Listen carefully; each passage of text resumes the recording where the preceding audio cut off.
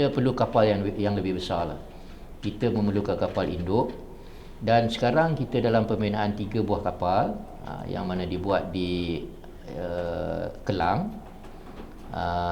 Kapal pesisiran pantai ada 3 buah, panjang lebih kurang dalam 83 meter besar, 83. Kapal pertama kita akan dapat dijangka akan diserahkan kepada hujung apa ni tahun ni. That is kita punya planning yang nilai asal lah 3. Kita perlu ada kapal yang boleh sustain di laut sekurang-kurangnya sebulan, tanpa balik ulang bekal, isi minyak, ambil air, ration apa semua tu. We need that class of ship, which kita dapat dah. That boat tu 3, cuma penerimaan saja belum. Dan kita juga ada cadangkan, proposekan kepada kerajaan MPMS, Multi Purpose Mission Ship. Yang kapal ini yang kita lihat, kalau kapal ni boleh sustain berada di laut, dan kapal ini dilengkapi sekurang-kurangnya dengan 6 buah bot pemintas, yang mana dia duduk dekat atas tu, perlu je kata turunkan pergi. Dan dalam masa yang sama juga dilengkapkan dengan UAV. Jadi kapal tu akan duduk di tengah laut, UAV akan terbang dulu buat surveillance. UAV yang pada jarak jauh, mungkin dalam 80 km ke, dia akan fly keliling. Dia detect saja fishing boat ni apa semua ni, pemintasnya akan turun 6 buah. Kita will go. Maknanya sekarang ni kita punya effort sekarang ni, bila kita tangkap, kita nak kena bawa balik. So nak bawa balik itu dengan boat speed 8 knot, kalau kita duduk 120 batu dekat luar, kita tangkap, kita bawa dia balik, kita kena tinggalkan area tu.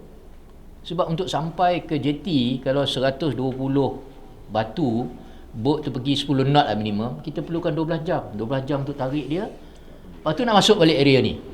Bila kita masuk je, of course lah kita nak serahkan kes, nak report polis, nak buat apa semua, kita akan tinggalkan area tu. So kita sekarang kita tak nak tinggalkan area tu. Kalau kita ada multi purpose mission ship ni, kita dah usulkan I think 2 kan?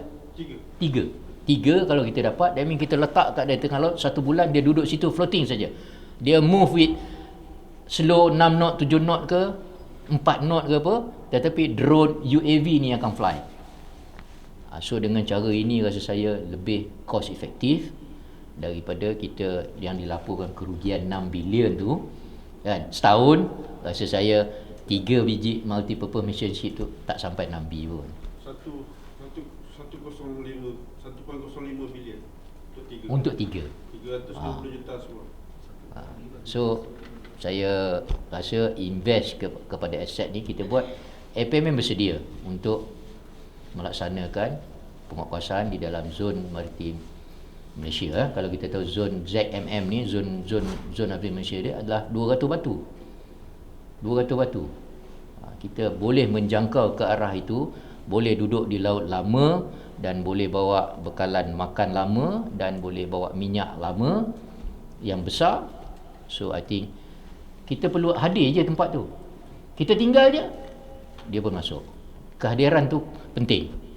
Kehadiran dan enforcement, efektif lah enforcement. Effective enforcement means kalau kita usir, it's not effective. Saya tengok tak efektif langsung. Dia tahu lepas ni dia akan ambil, kita akan halau. Ini ambil, kita akan halau. Dia happy je. Kena tahan-tahan lah. But now we are not going to do that. Kita revert balik kepada lama.